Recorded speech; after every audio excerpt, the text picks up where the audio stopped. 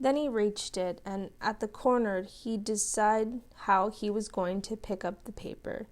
He lifted his right foot and placed it carefully on the ledge that ran along the projecting wall at the right angle to the ledge on which his other foot rested.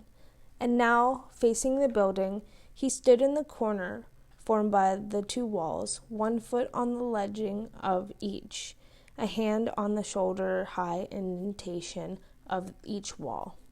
His forehead was pressed directly into the corner against the cold bricks, and now he carefully lowered first one hand, then the other, perhaps a foot farther down, to the next indentation in the rows of bricks.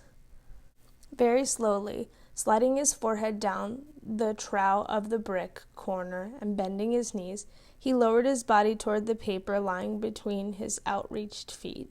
Again he lowered his finger holds another foot and bent his knees still more, thigh muscles taut, his forehead sliding and bumping down the brick. Half squatting now, he dropped his left hand to the next indentation and then slowly reached with his right hand toward the paper between his feet. He couldn't quite touch it, and his knees now were pressed against the wall. He could bend them no further. But by ducking his head another inch lower, the top of his head now pressed against the bricks, he lowered his right shoulder, and his fingers had the paper by a corner, pulling it loose. At the same instant he saw between his legs, and far below, Lexington Avenue stretched out for miles ahead.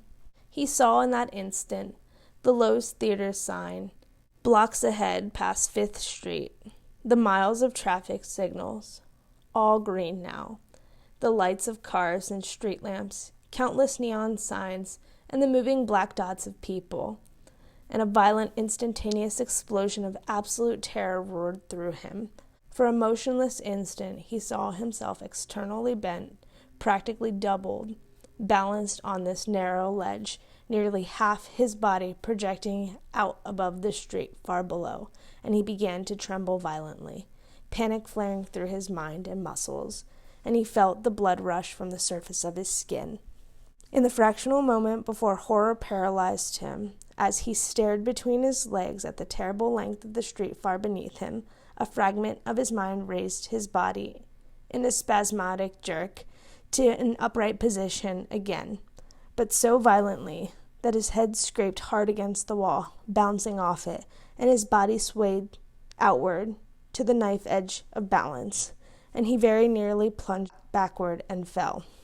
Then he was leaning far into the corner again, squeezing and pushing into it, not only his face, but his chest and stomach, his back arching, and his fingertips clung with all the pressure of his pulling arms to shoulder-high, half-inch indentations in the bricks. He was more than trembling now. His whole body was racking with a violent shuddering beyond control. His eyes squeezed so tightly shut it was painful. Though he was past awareness of that, his teeth were exposed in a frozen grimace, the strength draining like water from his knees and calves. It was extremely likely, he knew, that he would faint, slump down along the wall, his face scraping, and then drop backward, a limp weight, out into nothing. And to save his life, he concentrated, holding on to the consciousness, drawing deliberate deep breaths of cold air into his lungs, fighting to keep his senses aware. Then he knew that he would not faint, but he could not stop shaking, nor open his eyes. He stood where he was, breathing deeply, trying to hold back the terror of the glimpse he had had of what lay below him. And he knew he had made a mistake in not making himself stare down at the street, getting used to it and accepting it when he had first stepped out onto the ledge. It was impossible to walk back. He simply could not do it.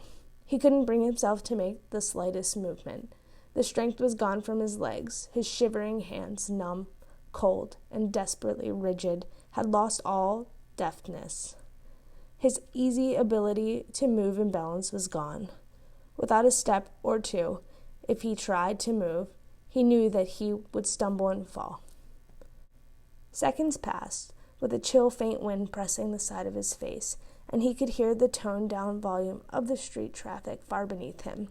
Again and again it slowed, and then stopped, almost to silence. Then presently, even this high, he would hear the click of the traffic signals and the subdued roar of the cars starting up again. During the lull in the street sounds, he called out. Then he was shouting, "Help!" so loudly it rasped his throat, but he felt the steady pressure of the wind moving between his face and the blank wall, snatched up his cries as he uttered them, and he knew they must sound directionless and distant. And he remembered how habitually, here in New York, he himself heard and ignored shouts in the night. If anyone heard him, there was no sign of it, and presently Tom Beneke knew he had to try moving. There was nothing else he could do. Eyes squeezed shut, he watched scenes in his mind like scraps of motion picture film. He could not stop them.